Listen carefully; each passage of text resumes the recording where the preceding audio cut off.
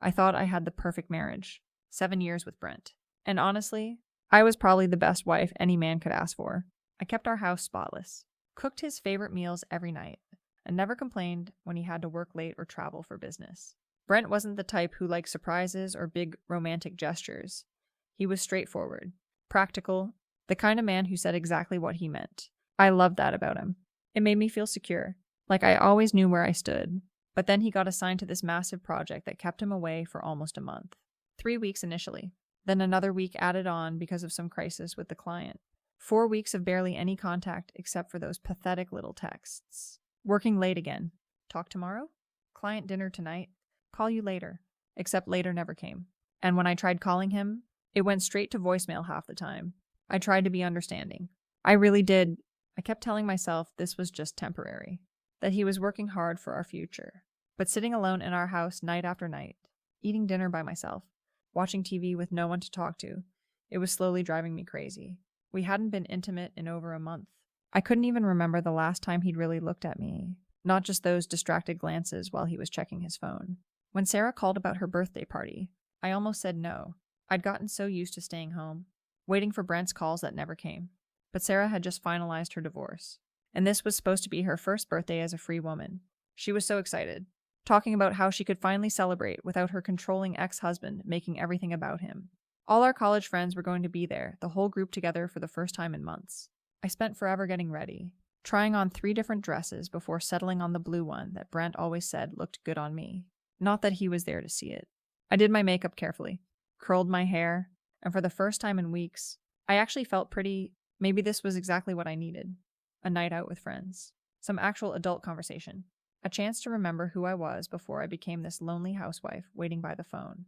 The party was at this trendy restaurant downtown, and when I walked in, I felt this rush of energy I'd forgotten existed. Everyone was laughing and talking over each other, catching up on gossip and work drama. Sarah looked amazing. Confident and glowing in a way I'd never seen when she was married. She grabbed my hands the second she saw me and started gushing about how good it felt to finally be free. I ordered a glass of wine. Then another.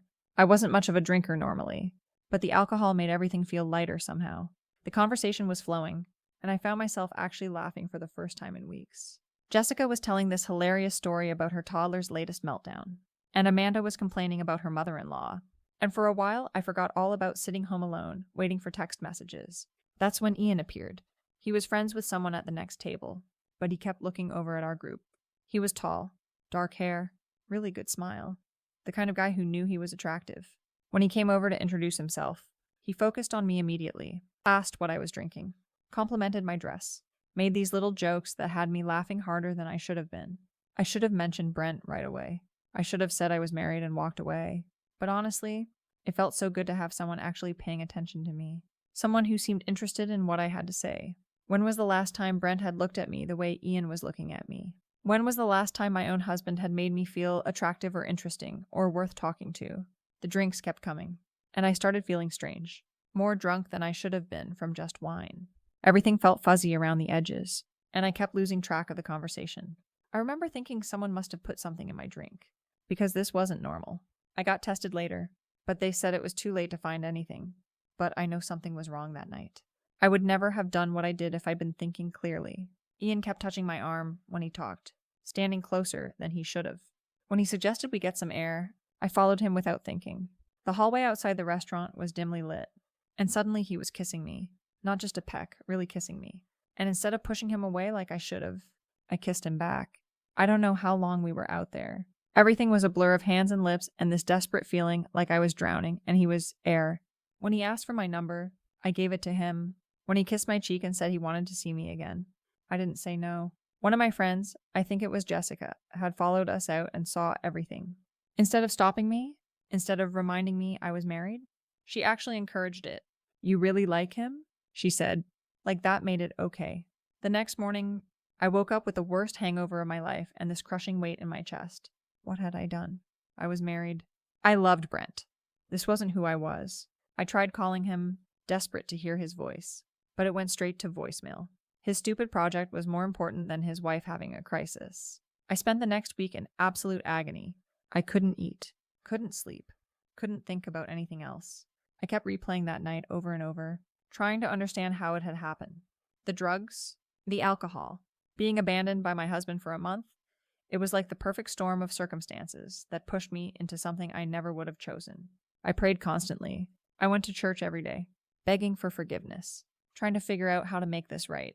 Brent was supposed to come home on Saturday, and I decided I had to tell him he deserved the truth. We could work through this together. Marriage was about forgiveness, about supporting each other through difficult times. This would make us stronger in the end. I planned everything perfectly. I made his favorite lunch, grilled cheese and tomato soup, just like his mother used to make. I set the table with our good dishes, lit a candle, even put on the dress he'd given me for our anniversary. When he walked through the door, he looked tired and older than when he'd left, but he smiled when he saw the table. And for a moment, everything felt normal again. We sat down to eat, and he started telling me about his project, how stressful it had been, how glad he was to be home. I kept waiting for the right moment to bring it up. My heart was pounding so hard I was sure he could hear it. Finally, I took a deep breath and said, "Brent, I need to confess something to you. I cheated on you." He stopped mid-bite, his spoon halfway to his mouth. "Come again." "I cheated on you. Last weekend at Sarah's party. I got drunk and I didn't realize what I was doing at first. But I kissed another man. I'm so sorry." He spit his food out. Actually spit it across the table. Then he just stared at me with this expression I'd never seen before. Like he was looking at a stranger. "Did you know this guy? Were you having an affair?" "No." I said quickly. "No. It was just some random person at the party. I was drunk, and I think someone put something in my drink. And you betrayed me." His voice was so quiet I could barely hear him. "Brent, please, let me explain. You were gone for so long, and I was lonely, and that's when he spit in my face. Actually spit on me like I was garbage. I sat there in shock, tomato soup dripping down my cheek, watching my husband raise his hand like he was going to hit me. He caught himself, lowered his arm, but the look in his eyes was pure hatred. "We're done," he said, and walked out. I sat there for I don't know how long, still in my anniversary dress, staring at the mess on the table. This wasn't how it was supposed to go. He was supposed to be hurt. Yes, but then we were supposed to talk it through. We were supposed to fight for our marriage. 7 years didn't just disappear because of one stupid mistake. 2 days later, a man knocked on my door with divorce papers. Brent had filed for divorce and was asking for nothing. No alimony, no support. Just a clean break? I couldn't believe it. He was throwing away our entire life together without even trying to work things out. It was the most selfish thing I'd ever seen. I called him constantly for the next 7 months. I texted. I emailed. I showed up at his office. I offered everything I could think of, marriage counseling, a one-sided arrangement where he could do whatever he wanted, even bringing other women into our relationship, if that's what it took. I told him I'd be his slave if he wanted, that I'd spend the rest of my life making it up to him, but he barely responded.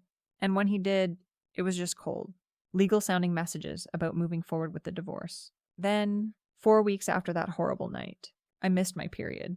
The pregnancy test showed 2 bright pink lines, and my heart stopped. I knew it wasn't Brent's. We hadn't been together in over a month. This baby was Ian's, the stranger from the party who I'd kissed in a moment of drug-induced insanity. I called Brent immediately. I had to tell him, had to give him the chance to understand what I was going through. "I'm pregnant," I said when he answered. "I'm pretty sure it's the man's child." There was silence for so long I thought he'd hung up. "If you do that," he said finally, "if you terminate it, then I'll consider reconciliation." Keyword consider. I didn't even hesitate. I made the appointment that afternoon and had the procedure done the next day. It was the hardest thing I'd ever had to do, but if it meant saving my marriage, it was worth it. I called Brent afterward and told him it was done, that we could move forward now. I even set up a counseling appointment for the following week. For a few days, I actually felt hopeful. We were going to work through this. We were going to be okay. I started planning what I'd say in therapy, how I'd explain about the drugs and the loneliness, and how sorry I was. This was our chance to start over. The morning of our counseling appointment, I was getting dressed when my phone rang. It was Brent. "We're going through with the divorce," he said without any greeting. "I can't do it. I can't forgive you. I'll never forget what you did." I let out the biggest scream ever. I screamed until my throat was raw, until the neighbors started banging on the walls. He'd tricked me. He'd made me go through that procedure, made me kill a baby, just to turn around and abandon me anyway. It was the cruelest thing anyone had ever done. The divorce proceedings were a nightmare. Brent sat across from me in that courtroom, looking like stone, like I was nothing to him. He wouldn't even look at me directly. My lawyer was useless, cost me $2,500 and couldn't even get me basic alimony from a 7-year marriage. I had to move into this overpriced apartment I could barely afford, while Brent got to keep our house and act like the victim. My friends were no help either. Instead of supporting me through the worst time of my life, they started pulling away. Jessica, who had encouraged me that night, suddenly acted like she didn't know what I was talking about when I reminded her. Sarah stopped returning my calls. Amanda made excuses every time I tried to make plans. The worst was when I tried to talk to Michelle about how unfair everyone was being. She had always been the reasonable one in our group, and I thought she'd understand. But when I started explaining how I was the one who'd really been hurt in all this, how everyone was being so overdramatic about the whole situation, she just stared at me. "You need to get help," she said. "You need to stay away from me and my family." "Are you kidding me?" I said. "I'm trying to explain what really happened. And you're acting like I'm some kind of monster. Your precious little Carter isn't going to be traumatized by hearing the truth about adult relationships." I might have said some other things about her son. He's special needs and she's always been oversensitive about him. But honestly, she was being ridiculous, acting like I was going to hurt a child just because I was trying to have an honest conversation about my situation. "You'll never see my kids again," she said, and walked away. That was 4 months ago. Now I'm sitting in this apartment I can't afford, drinking wine and writing letters to Brent that he'll never read. I've tried explaining everything. The drugs, the loneliness, how his abandonment pushed me into making one mistake that I've paid for 100 times over. But he's too stubborn and self-righteous to listen. I can't even watch TV anymore without having a drink first. Everything reminds me of what I've lost. What's been taken from me? My friends have all moved on with their perfect little lives, pretending like they never encouraged me or enabled what happened.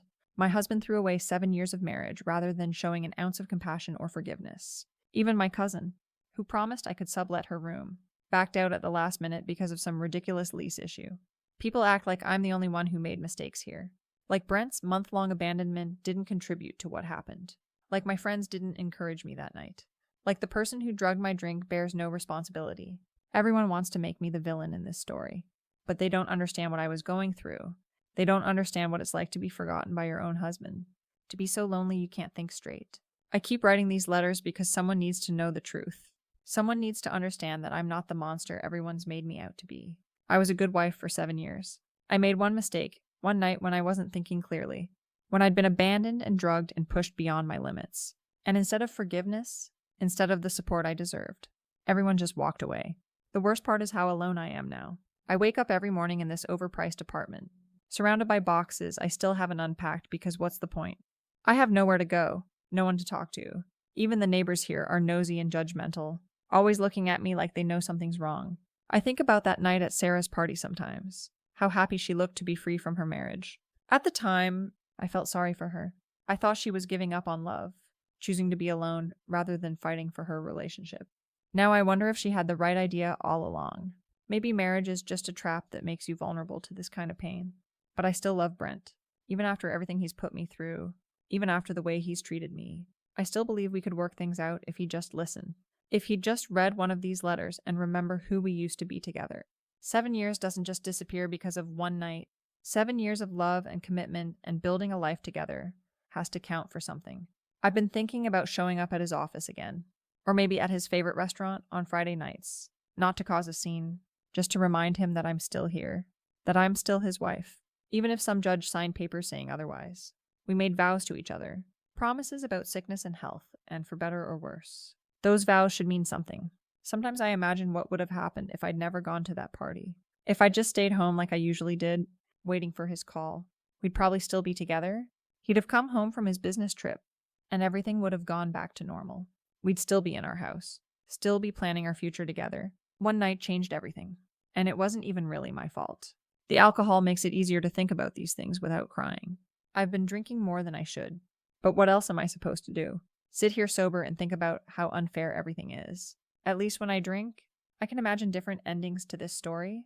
Endings where Brent realizes what he's thrown away and comes back to me. Endings where my friends remember what loyalty means and stop treating me like a pariah. I keep hoping one of them will call. Just one phone call to check on me, to see how I'm doing. Michelle's birthday is next month, and I keep thinking maybe I should send her a card. Show her that I'm the bigger person, that I don't hold grudges the way she does. Maybe if I prove that I'm not the person she thinks I am, she'll give me another chance. But then I remember the way she looked at me that day, Like I was something disgusting she'd found on her shoe. The way she used her son as an excuse to cut me out of her life. Like I was some kind of threat to him. It makes me so angry I want to scream again. I never wanted any of this. I wanted my marriage, my friends, my normal life back. I wanted to wake up in my own bed next to my husband, planning weekend trips and talking about maybe starting a family someday. Instead, I'm here, writing letters no one will read, drinking wine alone, wondering how everything went so wrong so fast. The hardest part is that I know I'm a good person. I made one mistake, one night when I wasn't myself, and somehow that's supposed to define my entire character. But what about the 7 years of being a devoted wife? What about all the times I supported Brent through his career changes and family drama?